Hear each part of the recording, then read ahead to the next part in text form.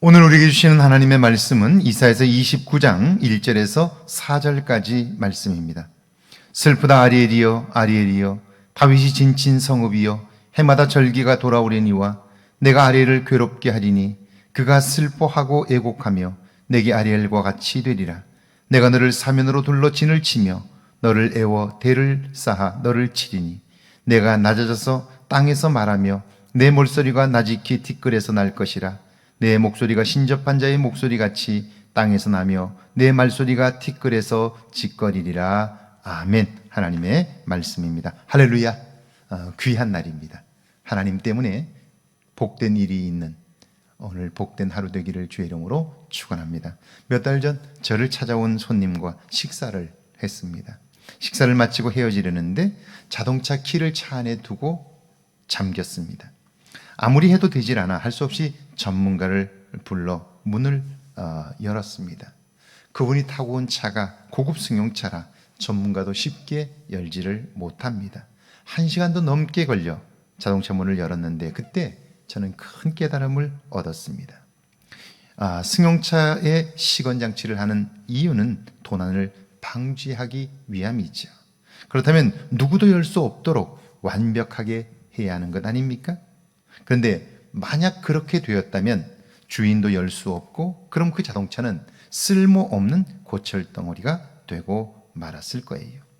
우리는 살면서 완벽을 추구합니다. 그러나 조금 부족한 것이 좋은 것입니다. 어렵더라도 문을 열 수 있기에 잠긴 자동차도 다시 사용할 수 있는 거지요. 신앙심이 좋다는 유대교 지도자들, 자기들이 선민이라고 믿고 사는 이스라엘 백성들, 그들은 자신들의 삶을 완전하다고 여깁니다. 하나님 앞에서 의롭다고 여겨요. 그런데 그들이 그렇게 생각하는 순간 자기 자신을 보지 못해요. 그래서 외식과 형식에 사로잡히고 하나님에게서 멀어지게 되는 거죠. 하나님의 심판 앞에 설 수밖에 없는 거예요. 1절 말씀입니다. 슬프다 아리엘이여 아리엘이여 다윗이 진친 성읍이여 해마다 절기가 돌아오려니와 아리엘이란, 여러분 아리엘이라고 부르면서 슬프다라고 이야기를 해요. 아리엘이란 성전의 제단, 하나님의 제단이라는 뜻인데요, 성전산이 있는 예루살렘을 가리킵니다. 그것은 한때 다윗이 살았던 곳이며 가장 아름다운 성전이 있었던 곳입니다. 그런 곳이 슬픔의 산이 되었습니다. 고통의 도시가 된 거예요. 이유가 뭘까요? 2절이죠.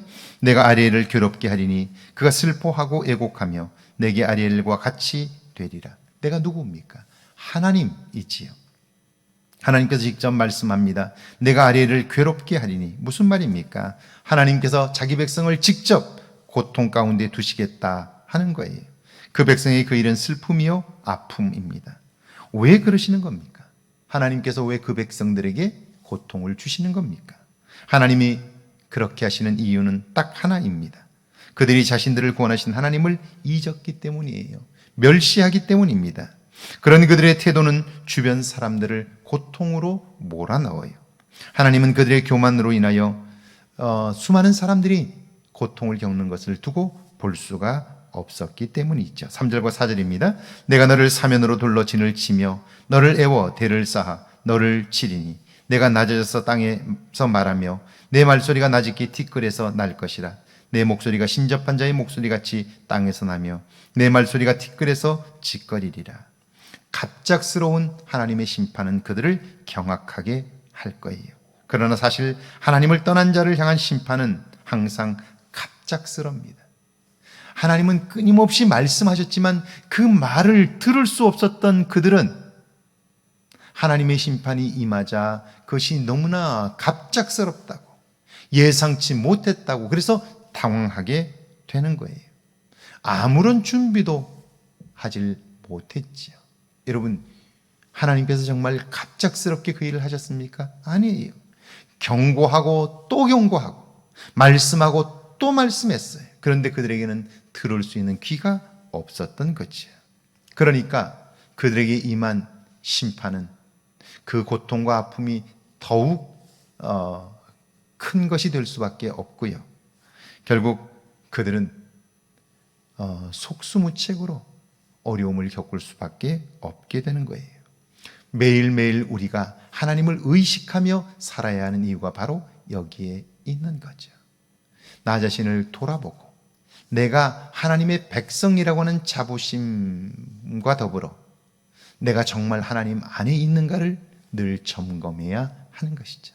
오늘 하루 내가 하나님 안에 있는가를 알게 해달라고, 그리고 깊이 내 삶을 들여다보며 살아 하나님 안에 주어지는 놀라운 은혜가 저와 여러분 모두에게 있기를 주의 이름으로 축원합니다. 함께 기도합니다. 과거는 자랑하기 위해 있는 것이 아니라 오늘 나를 돌아보기 위함임을 알게 해달라고요. 코람데오, 하나님을 의식하며 사는 오늘 하루 되게 해달라고요. 함께 기도합니다.